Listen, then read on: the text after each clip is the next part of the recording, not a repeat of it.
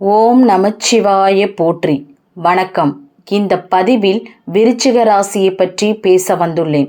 விருச்சிக ராசியில் பிறந்தவங்க உடல் நலம், தீராத நோய், உங்கள் கோட்டாளிகளோட உள்ள சுகமமான உறவு, ஏற்படக்கூடிய அறுவை சிகிச்சை, தனிமையான உறவு, திடீர்னு வரக்கூடிய கஷ்ட நஷ்டங்கள், இதெல்லாமே இந்த ராசியை தாங்க குறிக்கும். அப்போது இவங்க நீர் ராசி அப்படின்னு சொல்கிறாங்க.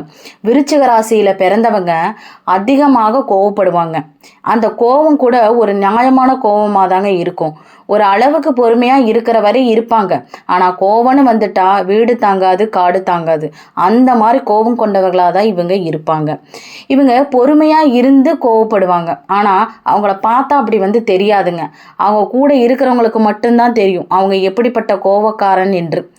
அதாவது விருச்சிக ராசிக்காரங்களுக்கு பொதுவாக வீடு எங்கே அமையுன்னு பார்த்தா மருத்துவமனை, சுடுகாடு, முற்கொள்ளுள்ள பகுதி, பக்கத்தில் டிரான்ஸ்ஃபார்ம் இருக்கிறது, பக்கத்தில் இந்த மாதிரி இடத்துல தான் வீடு அமையுங்க. வீட்டோட மண்ணும் அமையுங்க. இந்த ராசியில் சந்திரன் நீச்சம் ஆகிட்டா அப்படின்னா உடல் பாதிக்கும் அப்படின்னு கூட சொல்லலாம். இவங்களுக்கு கடன், பழி வாங்கிறது, தீராத பழி, இது எல்லாமே இருக்குங்க. வீண் வம்பு வருங்க. இவங்களுக்கு வாக்கு பலிதம் உண்டுங்க. ஒரு சில பேருக்கு எது சொன்னாலும் அப்படியே பழிக்கக்கூடிய சக்தி இருக்குங்க. இவங்களுக்கு மனைவியால் சந்தோஷமும் உண்டு, விரயமும் உண்டு. அதே போல் டாக்குமெண்ட் பிரச்சனையும் உண்டுங்க. அதாவது ஒரு இடத்த வாங்கிட்டு அந்த இடத்துல வில்லங்கம் சரியாக பார்க்காம டாக்குமெண்ட் பிரச்சனை வருங்க. இந்த விருச்சிக ராசியில் பிறந்தவங்க அரசு உத்தியோகத்திற்கு போகிறாங்க, அரசு சார்ந்த துறைகளுக்கு போகிறாங்க. நான் படிக்கவே இல்லை அப்படி சொன்னால் கூட அரசு சார்ந்த சலுகையில் தகுதி பெறவங்களாக இருப்பாங்க. இவங்களுக்கு இயற்கையாகவே குலதெய்வத்தோட அருள் இல்லாமல் போகுதுங்க. இவங்க வீடு வாஸ்துப்படி அமைய போகுது. அதாவது இது எல்லாம் உங்கள் ஜாதகத்தை பார்த்து எல்லாம் நல்லபடியாக அமைச்சுக்கலாம். எல்லாமே நல்லதாக இருக்குது, எல்லாமே கட்டதாக இருக்குது அப்படிங்கிற குழப்பம் வேண்டாங்க. இவங்க விருச்சிக ராசி ஒரு தேள் ராசிங்க. அந்த தேள் கொட்டும். அப்போ அந்த விருச்சிக ராசி கொட்டிகிட்டே இருப்பாங்க அப்படின்னு தான் நினைப்பாங்க. ஆனால் அதே தேள் தன்னுடைய வாழ்க்கையில் எவ்வளவு தியாகம் வாழ்க்கை செய்து அப்படின்னு பார்த்தீங்கன்னா உங்களுக்கு புரிய வருங்க. இப்போ ஒரு விருச்சிக ராசியில் பிறந்த ஒரு பெண் இருக்காங்க. அந்த பெண் கல்யாணம் பண்ணி கொடுத்துட்ட பிறகு எப்படிமா இருக்கிற, உங்கள் வீட்டில் எப்படி வச்சுருக்காங்க, எப்படி உங்கள் வீட்டுக்காரர் இருக்காரு, உங்கள் மாமனார் மாமியார் நாத்தனா நாத்தி இவங்களாம் எப்படி இருக்காங்க அப்படின்னு கேட்டோம்னா எல்லாம் நல்லா வச்சுருக்காங்கம்மா, எனக்கு எந்த குறையும் இல்லை அப்படின்னு சொல்லுவாங்க. ஆனால் அவங்கள கூப்பிட்டு கொஞ்சம் கொஞ்சம் விசாரித்தோம் அப்படின்னா தாரையாக கண்டிருந்து தண்ணி வர மாதிரி விஷயங்களை சொல்லுவாங்க. அப்போது அம்மா அப்பா கஷ்டப்படக்கூடாது, மற்றவங்க கஷ்டப்படக்கூடாது அப்படின்னு தன்னுடைய கஷ்டங்களை மறைச்சு பின்னாடி வர பிரச்சனையை வர வச்சுக்கிறவங்க தான் இவங்க. இவங்க ஒரு தியாகம் பண்ணக்கூடிய ராசின்னு கூட சொல்லலாங்க இந்த விருச்சிக ராசி.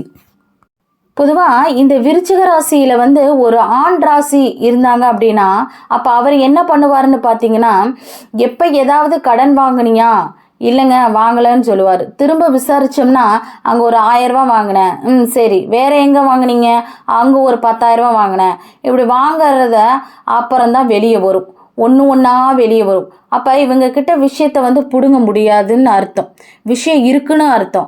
ஆனால் சொல்ல தொடங்கிட்டாங்க அப்படின்னா எல்லாத்தையும் சொல்லிடுவாங்க, எதையுமே மறைக்க மாட்டாங்க. ஸோ ஒரு வித்தியாசமான ராசி தான் இந்த விருச்சிக ராசி. இந்த விருச்சிக ராசியினோட உருவம் தேளுங்கிறதுனால தன்னோட குழந்தைகளுக்காகவும் குடும்பத்திற்காகவும் தியாகம் செய்வர்களாக இருப்பாங்க. அளவு கடந்த பாசம் கொடுக்கக்கூடியவங்களாக இருப்பாங்க.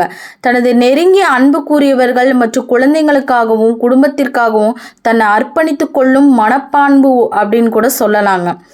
இவங்க வெளிப்படையாக நடந்து கொள்ள மாட்டாங்க. தேள்கள் எப்போதுமே மறைவிடங்களில் தான் வசிக்குமா. அதே மாதிரி இவங்க மறைந்திருந்து தான் தாக்கு குணமுடையவர்னு கூட சொல்லலாம். இவங்களுக்கு போட்டி, பொறாமை, இந்த மாதிரி குணங்கள் இருக்குங்க. இவங்க 2 தேள்கள் ஒரே இடத்துல வசிக்காது. அப்படி வசித்தாலும் அவை ஒன்றோடு ஒன்று சண்டையிட்டு மடிந்து போகுமா. சிலருக்காக எந்த தியாகத்தையும் செய்ய தயாராக இருப்பாங்களாம். அதாவது இவங்க வந்து சுறுசுறுப்பானவர்கள் அப்படின்னு சொல்லலாம். இவங்களுக்கு வந்து தாய்மை மேலே ரொம்ப பாசமாக இருப்பாங்க, அன்பாகவும் இருப்பாங்க. இவங்க நன்றாக பேசி உரையாடினாலும் தேல் போல சில நேரங்களில் மனதை வந்து கஷ்டப்படுத்த வார்த்தைகளை வந்து பேசி விட்டுருவாங்க. இவங்க வந்து மற்றவங்களிடம் அதிக கவனம் செலுத்துவாங்க. மிகவும் தைரியமானவர்கள் கூட சொல்லலாம், விசுவாசமானவர்கள்னு கூட சொல்லலாம். பிறருக்கு வந்து நன்மை தரக்கூடிய விஷயங்களை தான் இவங்க வந்து செய்வாங்க. சற்று பொறாமை குணம் வந்து இவங்க கிட்ட இருக்குங்க. எந்த ஒரு காரியத்திலுமே சற்று சுயநலமாக தான் இவங்க வந்து யோசிப்பாங்க. இவங்க அதிகாரம் செலுத்துவதில் வல்லவராக இருப்பாங்க. அடிக்கடி கோபம் கொள்வர்களாக இருப்பாங்க. இவங்க எந்த ஒரு செயலை எடுத்தாலும் அந்த செயலை ஒரு நிலையான செயல்பாடு உடையவர்களாக தான் இருப்பாங்க.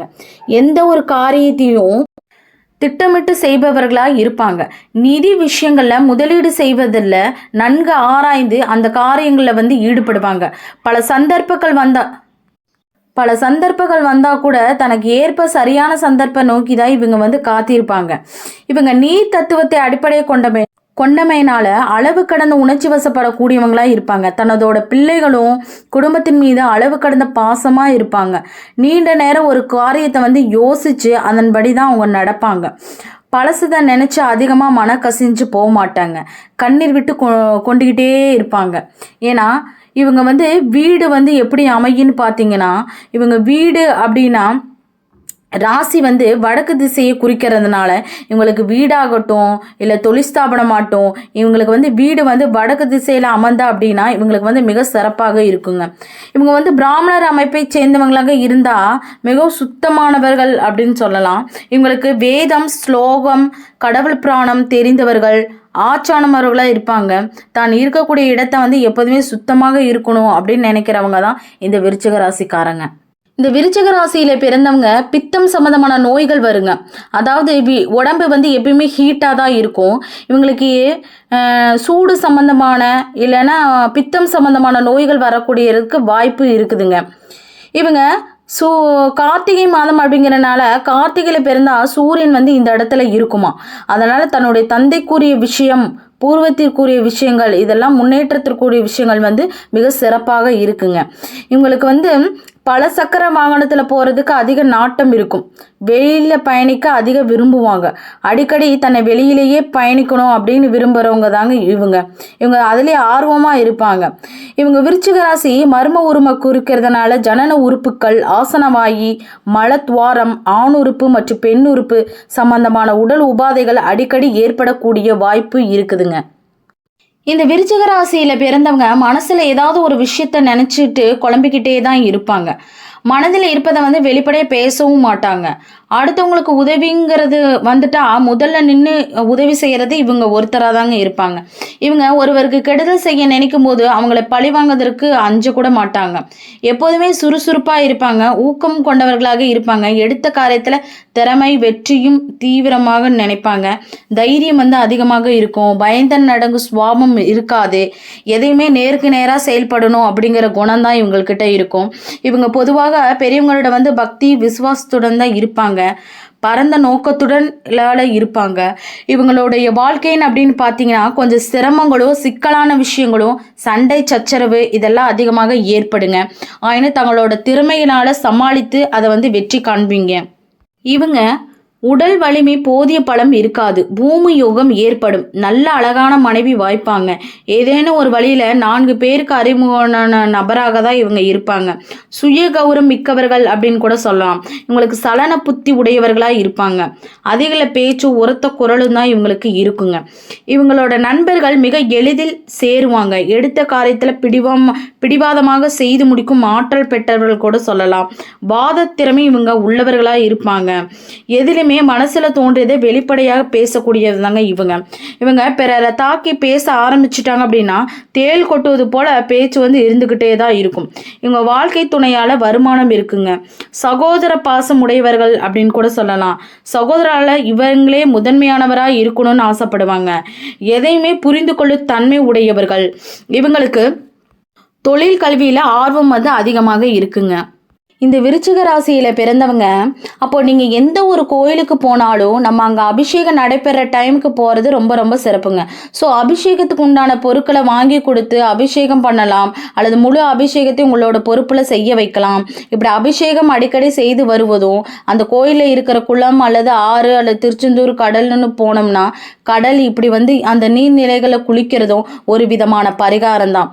இறைவனுக்கு அபிஷேகத்துக்கு பொருள் வாங்கி கொடுக்கறதும் அபிஷேகம் செய்யறதும் ஒரு விதமான பரிகாரம் தான். ஸோ இது மாதிரி தொடர்ந்து செஞ்சுக்கிட்டு வந்தீங்கன்னா உங்களோட பிரார்த்தனைகள் அனைத்தும் 100% வெற்றி பெறுங்க. நன்றி, வணக்கம். ஓம் நமச்சிவாய போற்றி.